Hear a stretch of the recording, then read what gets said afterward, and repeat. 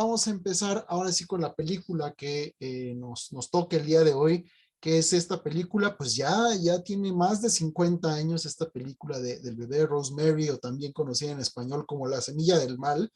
y que la verdad es que considero que ha sido una película que ha envejecido bien. O sea, ha sido una película que a pesar de tantas décadas sigue resultando interesante, sigue resultando o sigue generando esta intriga y esta tensión que resulta en que es una película particularmente exitosa. Juliet, bienvenida, bienvenida. Estamos apenas comenzando. Entonces, bueno, siguiendo con esta dinámica donde yo introduzco brevemente la película y el tema, posteriormente pasaremos a la discusión. Comenzaría recurriendo a pues un planteamiento teórico de Forster, en donde él menciona en este texto de aspectos de la novela, él menciona que existen dos tipos de posibilidades, o dos tipos de personajes, dos posibilidades de personajes. Los personajes planos y los personajes redondos. Toda narrativa opera ya sea por se constituye ya sea por un conjunto de personajes planos o por un conjunto de personajes redondos o por una combinación entre personajes planos y personajes redondos. Los personajes planos, ¿en qué consisten? Los personajes planos son aquellos que a lo largo de la historia, a lo largo de la narrativa, se mantienen todo el tiempo constantes en sus actitudes, en sus principios, en sus motivaciones para actuar, y además resulta que son personajes claramente identificables, cuál va a ser su rol dentro de la historia, ¿no? Los personajes planos son buenos, que son completamente buenos y que sabemos que concluirán la historia siendo buenos, y los personajes villanos o los villanos planos, pues son aquellos que son completamente malos, que además nunca veremos en ellos un cambio de actitud, o nunca sus motivaciones nos pondrán en duda si realmente son tan malos como se presentan. No, los personajes planos son directos, son planos, son evidentes, son fáciles de identificar, no tienen mayor complejidad. En contraste, los personajes redondos son aquellos que van transformándose a lo largo de la historia, a lo largo de la narrativa, que se nos presentan de una manera, pero conforme se va desarrollando la historia, la trama, se van alterando sus motivaciones, se van alterando sus comportamientos, y muchas veces los personajes redondos terminan por tomar actitudes o jugar roles distintos, muy distintos a los que esperábamos cuando se nos presentaban. En el caso particular de esta película del bebé Rosemary, lo que resulta particularmente afortunado en materia de la narrativa es que casi todos los personajes que tienen cierta relevancia dentro de la narrativa, son personajes redondos, son personajes que van transformándose, que van cambiando y que van constituyéndose de manera mucho más integral, de tal forma que vamos entendiendo todas sus facetas, que vamos entendiendo sus motivaciones, que incluso llegan a irse modificando, llegan a irse transformándose conforme va desarrollándose la historia. Y en ese sentido, creo que también la construcción narrativa de la película y de la novela también, pues nos ayuda a que sigamos muy de cerca a estos personajes redondos, dado que es una narrativa completamente ordinaria y lineal, en el sentido de que empieza por el principio y termina por el final, ¿no? Luego hay películas donde las primeras escenas que vemos en realidad están en lo que se conoce como en media res, o a mitad de la historia, ¿no? Y aunque la película empieza a mitad de la historia, después tenemos flashbacks, o después tenemos saltos hacia el futuro, en fin, tenemos una desarticulación de la lógica natural de la estructura narrativa. En cambio, aquí en esta película, pues todos los acontecimientos que se van presentando en la misma secuencialidad de conforme fueron aconteciendo, ¿no? Eso nos hace muy fácil el poder ver el desarrollo de estos personajes redondos. Y bueno, sin duda, la protagonista, Rosemary, pues pasa por distintas fases. El personaje se nos va presentando en distintos momentos, ¿no? Al principio de la película, en las primeras escenas, pues tenemos que se nos presenta como este personaje, pues a veces un tanto aniñado, si bien frágil, pues con una actitud optimista, positiva, alegre. En la parte intermedia de la película, paralelo a pues todo o buena parte de su embarazo, pues tenemos que este personaje que antes era, digamos, luminoso y que antes tenía este carácter o aparentaba tener este carácter un tanto más optimista, pues se vuelve un personaje mucho más sombrío en el sentido de que tanto su físico como su estado de ánimo, pues se ha visto severamente afectado por sus circunstancias, ¿no? Vemos un personaje, digamos, en la parte intermedia del desarrollo de este personaje, un personaje completamente contrariado, completamente superado por sus circunstancias y sumamente vulnerable.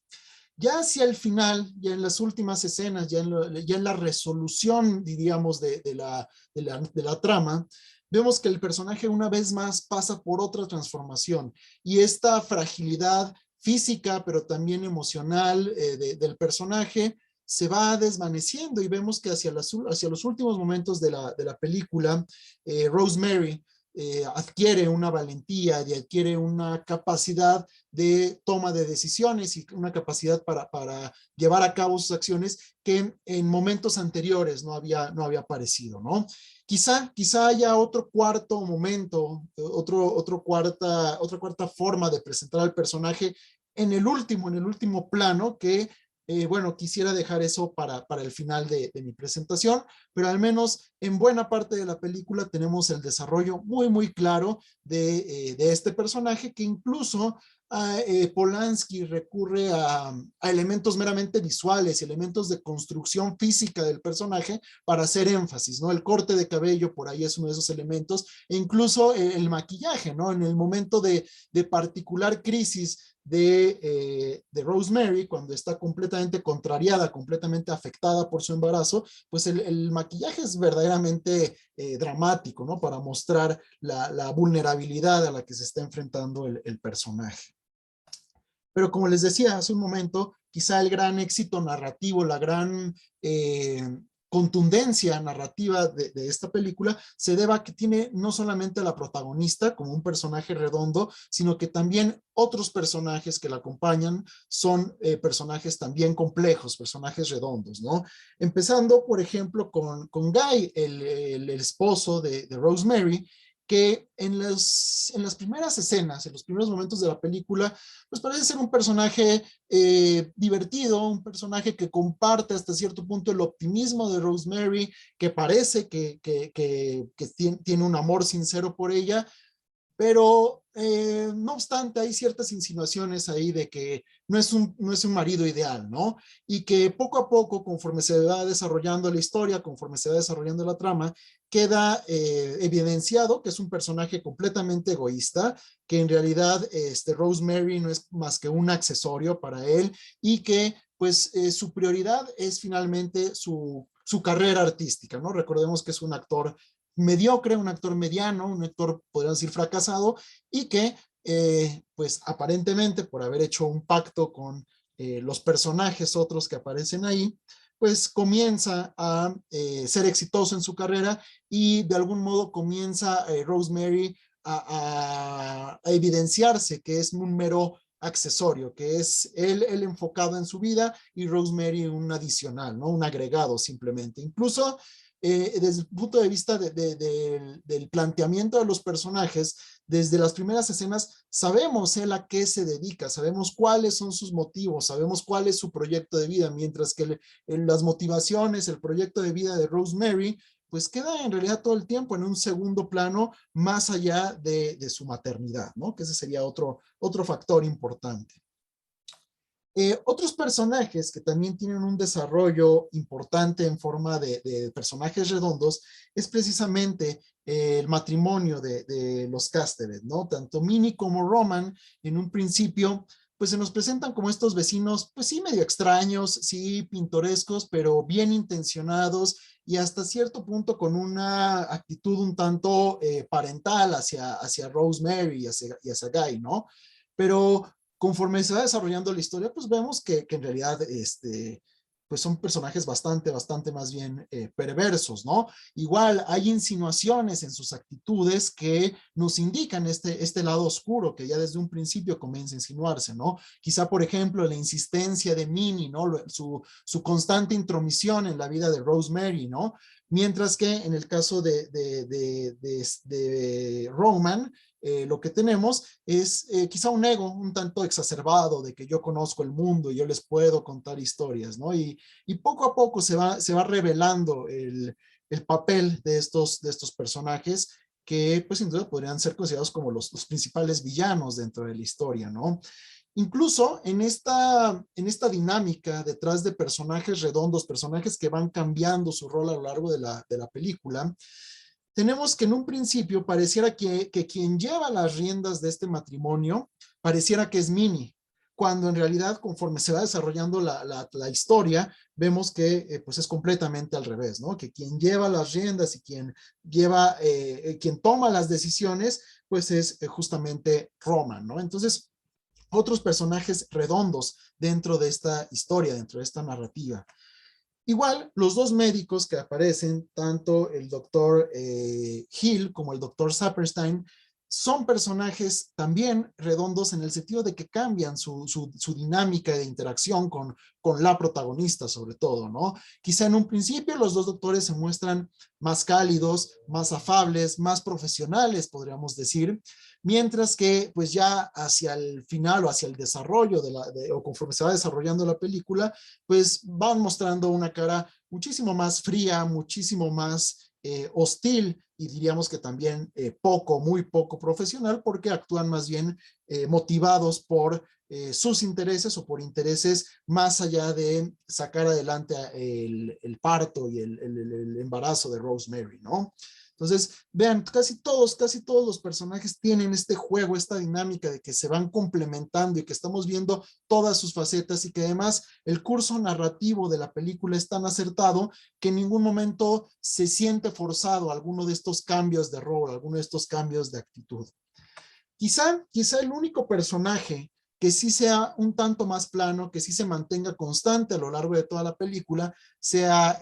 Hutch, ¿no? Que es este amigo cercano de Rosemary, de Guy, que también juega un rol de un tanto paternal y que de alguna manera está advirtiendo constantemente a Rosemary de los peligros a los cuales está siendo sometida bajo estas circunstancias que le están rodeando, ¿no? Quizá dentro de los personajes que tienen una participación activa dentro de la narrativa, quizá solamente sea Hutch el que podríamos calificar tal vez sí como un personaje plano, dado que así como empieza, así como aparece, pues así termina, ¿no? Incluso más allá de su muerte, su presencia mediante estas pistas que le deja Rosemary sigue siendo en este mismo tenor, pues cálido, paternal, afable, un tanto a veces medio agrio, pero no obstante es una persona que se nos presenta y que termina la historia pues siendo un personaje completamente bueno, completamente positivo y completamente dedicado al cuidado de su amiga Rosemary. Ahora bien, aunque no sea un personaje como tal,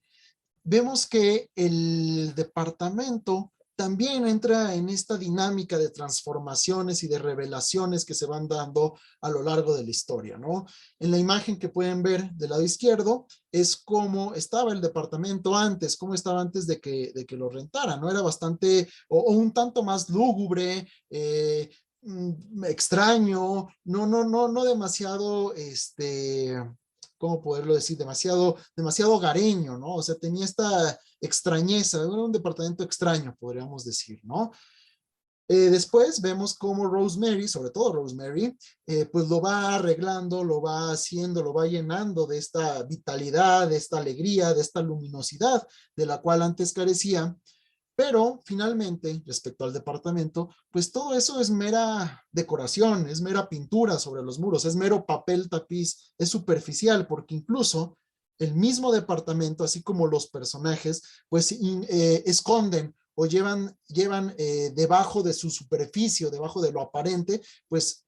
cuestiones bastante macabras, bastante sombrías, ¿no? Es importante el papel, el rol que juega la arquitectura, el edificio, el departamento en sí mismo, porque incluso la misma película abre y cierra con planos de justamente este escenario, ¿no? Como diciéndonos, aquí es donde todo sucede, aquí es donde todo va a suceder y aquí es donde todo sucedió, ¿no? Eh, Precisamente, justo el bebé Rosemary forma parte de pues lo que se conoce como una trilogía de Roman Polanski, que se conoce justamente como la trilogía del apartamento, que son tres películas que tienen lugar en departamentos, tres películas que además se genera una tensión en cuanto al modelo de vida en un departamento, donde si bien hay espacios íntimos, espacios privados, también hay un contacto con lo público, con la vida social, con la vida de los otros, y justo esa tensión entre lo público y lo privado, entre lo personal y lo colectivo, lo social y la presencia no deseada muchas veces de esos vecinos, aparece justamente en estas tres películas, en Repulsión, que es del 65, en El bebé de Rosemary, que es del 69, y el Inquilino, Le Locataire, que es del 76, me parece, ¿no? Entonces, estas tres películas de Polanski, la primera tiene lugar en Londres, la segunda en Nueva York, la tercera en París, además tres metrópolis, ¿no? Lo cual nos habla también de la vida en departamentos como un gesto sintomático de la modernidad, pero también de los peligros e incluso de la paranoia presente en la modernidad. Pues bueno, estas tres películas tienen lugar en departamentos y por eso se les conoce como la trilogía del departamento. Las otras dos que no nos competen hoy, la de Repulsión y la del Inquilino, también son bastante buenas, también son no sé si tengan este carácter de terror sobrenatural como lo tiene Rosemary, pero sin duda sí son de suspenso, y si les gustó el bebé Rosemary, yo creo que también les podrían gustar las otras dos que forman parte de esta trilogía de Polanski. Ahora bien, más allá de esto de los personajes redondos, aquí quisiera retomar algo que ha estado presente en las discusiones de sesiones previas, que es esto de los momentos y de los espacios separatistas, de espacios donde las mujeres están consigo mismas, ¿no? Creo que en esta película de Rosemary, tenemos que Rosemary todo el tiempo, buena parte del tiempo de la película, se ve afectada porque no tiene momentos para sí misma, no tiene momentos de intimidad, ¿no? Constantemente vemos que su vecina, Minnie, está invadiendo su espacio, ¿no? Y que en realidad los únicos momentos donde ella podemos verla quizá un tanto más tranquila, un tanto más a gusto, sea por ejemplo los pequeñísimos lapsos donde ella llega a estar sola, y algunos otros momentos, algunos otros espacios donde establece un vínculo de intimidad cercana con mujeres, pero sobre todo con mujeres de su edad, ¿no? Tenemos que quizá un momento, uno de estos primeros momentos sea cuando platica con Terry, pues esta joven que pues estaba antes y que termina como se ve en la película, ni modo, si no la han visto aquí les spoileraría el asunto. Digo, pasan los primeros minutos, tampoco es tan grave. Que Terry era inquilina de los Castevet y termina suicidándose, pero previamente a eso, pues vemos platicando e intimando un tanto con Rosemary, ¿no? Y ahí en esa interacción, pues vemos a Rosemary tranquila, a pesar de lo lúgubre y de lo extraño y de lo incómodo que puede ser ese recinto de lavandería que hay en el sótano de los edificios, ¿no? Y ahora, otro momento que particularmente es relevante para esto de los espacios separatistas es cuando las amigas de Rosemary tratan de consolarla cuando ella pues está devastada por lo difícil, lo doloroso que le ha sido su embarazo, y cuando incluso le sugieren pues que vuelva con el doctor Hill y que ya no le haga caso a esas personas que pues sin duda están siendo peligrosas y negativas para ella, ¿no? Entonces, una vez más en esta película vuelve a aparecer o vuelve a estar presente esta cuestión de la cual ya habíamos hablado, de los espacios separatistas y los espacios de intimidad para mujeres entre mujeres. Ahora bien,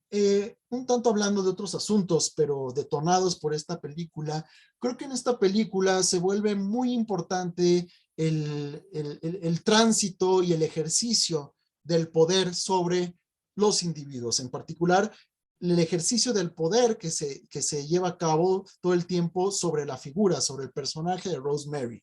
Y a propósito del poder y del entendimiento del poder, pues recurro aquí a uno de los planteamientos de Michel Foucault, donde justamente Foucault lo que trata de desarrollar en esta entrevista que lleva por título El poder, una bestia magnífica, es que el poder funciona más bien a partir de relaciones complejas entre los distintos componentes sociales, ¿no? A veces creemos que el poder y el ejercicio del poder proviene de una sola fuente y que es una cuestión unidireccional, de que una fuente hegemónica, una fuente que está por encima de la sociedad, dígase las autoridades, dígase el gobierno, díganse los ricos, en fin, son quienes ejercen el poder sobre quienes están por debajo de ellos o quienes están debajo de su mandato. En realidad, Michel Foucault lo que sugiere es que el poder, a manera de una bestia magnífica, a manera de una especie de criatura sumamente compleja y sumamente interesante,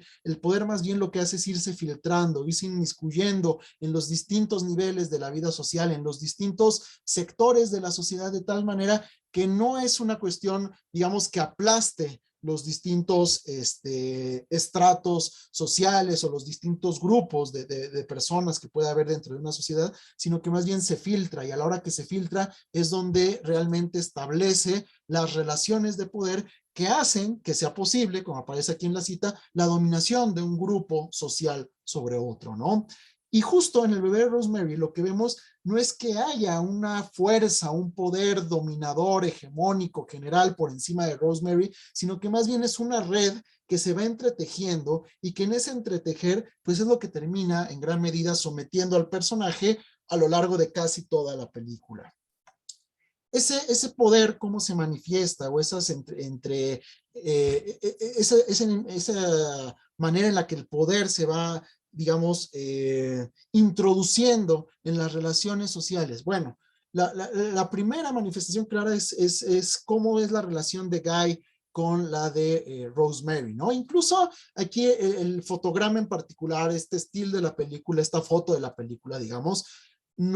la imagen en sí misma nos marca una jerarquía de poder, ¿no? Aparentemente es una imagen simétrica, aparentemente es una imagen que si dividiéramos por la mitad tendríamos más o menos lo mismo de un lado y del otro lado, pero no es una imagen completa ni plenamente simétrica. En realidad la imagen tiene un mayor peso del lado izquierdo, ¿no? E incluso la actitud dinámica de los personajes, el posicionamiento de los personajes nos indica aquí quién lleva las riendas, sobre todo quién lleva las riendas de la relación y de la situación en este particular momento, que es mucho más cercano al comienzo de la película, ¿no? Entonces, vemos que, pues, en total y absoluta consonancia con los formatos tradicionales del matrimonio, digo, finalmente es una película pues, del 69, ¿no? Si ya tiene bastante rato, es el hombre el que lleva las riendas y quien toma las decisiones y quien tiene el ejercicio del poder dentro de este núcleo que sería el núcleo de lo familiar, ¿no? Entonces el poder aquí está cimentado y está realmente inclinado la balanza hacia pues la figura masculina, ¿no? Incluso, digo, a propósito de esto, pues la propia Simone de Beauvoir en El segundo sexo, este texto de mediados del siglo XX, que sin duda sería fundamental para todo el despertar feminista de la segunda mitad del siglo XX, Simone de Beauvoir lo que dice y lo que señala es que, bueno, incluso un hombre que en la vida pública, en la vida social, sea un hombre, digamos, de segunda, un hombre no reconocido, un hombre con poder, dentro de su casa, él va a ser quien lleve las riendas, quien tenga el poder. Y creo que en el caso particular del personaje de Guy, eso aplica bastante bien, ¿no? O sea, antes de todo lo que sucede en la película, pues parece ser que Guy es un artista, es un actor bastante segundón, ¿no? Que no tiene el rumbo de su carrera. Pero a pesar de que no tiene el rumbo y no lleva las riendas de su carrera, sí puede llevar las riendas y sí puede determinar el rumbo de Rosemary y de su matrimonio. Entonces, aquí está digamos, una primer superficie sobre la cual se está haciendo palpable el ejercicio del poder. Otra más, sin duda, y que está muy presente en la película, es el papel de los doctores, el papel de la medicina, ¿no? Justamente una de las preocupaciones de varios de los textos de Michel Foucault es justamente cómo el ejercicio de la medicina es un ejercicio de poder, es el posicionar a una autoridad de conocimiento que determina finalmente el destino de los cuerpos y determina incluso la valía de ciertos cuerpos por encima de otros, ¿no? De nuevo aquí, Polanski, más allá de la cuestión de el juego de planos y contraplanos para el diálogo de los personajes, de nuevo aquí, en la composición de la imagen, pues podemos ver cuál es la figura de autoridad, ¿no? Hay toda, lo que podemos decir, toda una escenografía de poder, los libros, la fuente de luz detrás del doctor que legitima su posicionamiento como la autoridad, como quien está ejerciendo aquí el poder, ¿no? Entonces, aquí vemos que Rosemary no solamente está siendo condicionada por el ejercicio del poder dentro de su matrimonio, sino también por el ejercicio del poder desde una perspectiva científica, médica, institucional. Y bueno, finalmente, pues reaparece aquí esta figura de Steve Marcato, o mejor, o bueno, como se da a conocer él como Roman Castevet, que pues él sería otra figura de autoridad, esta figura de autoridad dentro de este culto satánico que está pues tratando de invocar al hijo del diablo, que está a través de Rosemary, pues llaman y pues embarazan a Rosemary para que tenga el hijo del diablo. Y pues bueno, aquí una vez más una figura de autoridad, en este caso, de nuevo, masculina, ¿no? No es para nada fortuito que los tres representantes dentro de esta historia, dentro de esta narrativa, que representan el ejercicio del poder sobre Rosemary, los tres son figuras masculinas e incluso los tres pues guardan entre ellos un pacto, el famosísimo, el consabido pacto patriarcal, es decir, guardan una complicidad entre ellos con tal de que cada uno de ellos pues logre sus respectivos cometidos, ¿no? Entonces, aquí justo podemos ver esto que nos menciona Foucault, de cómo se va metiendo el poder por distintas aristas, ¿no? No es una cuestión unidireccional, sino que se va filtrando desde distintas direcciones con tal de que en este caso, pues bueno, veamos que detrás de la violencia que se ejerce, del poder que se ejerce, que le quita la voluntad a Rosemary en gran parte de la película, pues hay pues una presencia o un ejercicio total de una violencia de género, de una violencia de hombres hacia mujeres. Todo el tiempo en esta película vemos ejercicios de violencia de ciertas figuras de poder, de autoridad masculinas hacia Rosemary, ¿no? Digo, aquí a propósito, haciendo la conexión quizá con otras de los temas que hemos visto aquí en el conversatorio, en esta película en particular, sí tendríamos que deslindarnos de toda la cuestión histórica de las brujas, sí tendríamos que deslindarnos de que pues las brujas no existieron ni nada por el estilo, sino que aquí sí tendríamos que creer que existe la brujería, que existe el satanismo, más bien la brujería en un tenor no tanto o más bien la brujería en el tenor del culto o del el adorar a Satán, al diablo. Y por supuesto, aquí lo que también es diferente frente a otras películas que hemos estado viendo acá, es que no hacen tanto énfasis en la brujería como una cuestión de mujeres, aquí es más bien una cuestión mixta, ¿no? Aquí hay brujos y hay brujas, ¿no? Y bueno, lo que vemos es que pues esta escena, esta secuencia donde cual implantan la semilla del diablo en el vientre de Rosemary y que Rosemary pues aparentemente cree que es un sueño, pero en realidad pasó, pues está totalmente inspirada en esto que se comentaba de las misas negras, ¿no? Estas misas donde se adoraba a Satanás y donde incluso pues se fomentaba el hecho de que pues mujeres jóvenes fueran la presa carnal de Satanás, ¿no? Para entregarle mujeres jóvenes al disfrute del diablo, ¿no? Y ese tipo de imágenes aparecen aquí, ¿no? Entonces, bueno, eso sería un tanto la relación con otras películas, sin embargo, con otras películas que hemos visto aquí en el conversatorio, sin embargo, aquí el enfoque hacia la brujería es completamente diferente, ¿no? Aquí no hay ningún indicio de reivindicación, ningún indicio no me encanta la palabra, pero viene al caso de empoderamiento a través de la brujería, sino más bien aquí sí la brujería es algo completamente negativo, completamente perverso, completamente satánico, ¿no? Ahora bien, pues ya para ir concluyendo, para ir cerrando mi participación y pues abrir aquí la discusión y las opiniones a todas y a todos ustedes, pues tenemos este último plano de Rosemary que me parece verdaderamente interesante, porque lo que tenemos aquí es quizá una cuarta fase dentro del desarrollo del personaje, donde Rosemary acepta a su bebé, a pesar de que sea literalmente un engendro del diablo. Si quisiéramos hacer una lectura feminista de este final o de esta conclusión, insisto, es una lectura, no quiere decir que Roman Polanski ni Ira Levin, el escritor de la novela en la cual se basa Polanski, haya hecho este guiño feminista, para nada creo que sea así, sobre todo considerando pues la propia ideología, el posicionamiento de Polanski, que sin duda ha sido un personaje controversial ahí por algunas cuestiones de acoso y demás, ¿no? Pero bueno, dejando de lado la intencionalidad del director, la intencionalidad del guión, y más bien tratando de hacer un giro y una interpretación feminista, quizá el cierre de la película nos abre la posibilidad de que por fin en este momento Rosemary tiene la capacidad de decidir y que ella decide, pues bueno, cuidar a su engendro, ¿no? Cuidar al hijo del diablo. Digamos que por primera vez aparentemente en la historia, si le damos este giro feminista,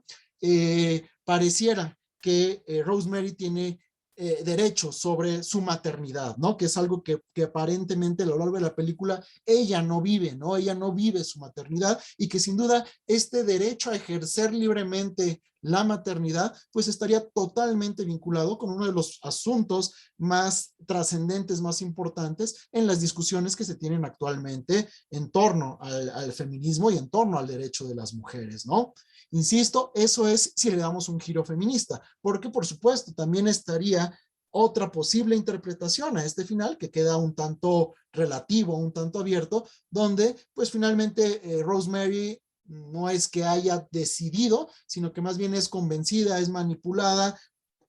como han sido manipuladas al parecer otras personas por Steve Marcato y por todo su legado de satanismo, y que finalmente este hecho de que Rosemary acepte a su bebé, pues no es por una decisión propia, sino más bien por una suerte de convencimiento de este rito satánico, ¿no? Entonces, digamos, están esas dos posibilidades. Podríamos quizá para volver más vigente la narrativa de la película e incluso para que fuera el detonante de la discusión,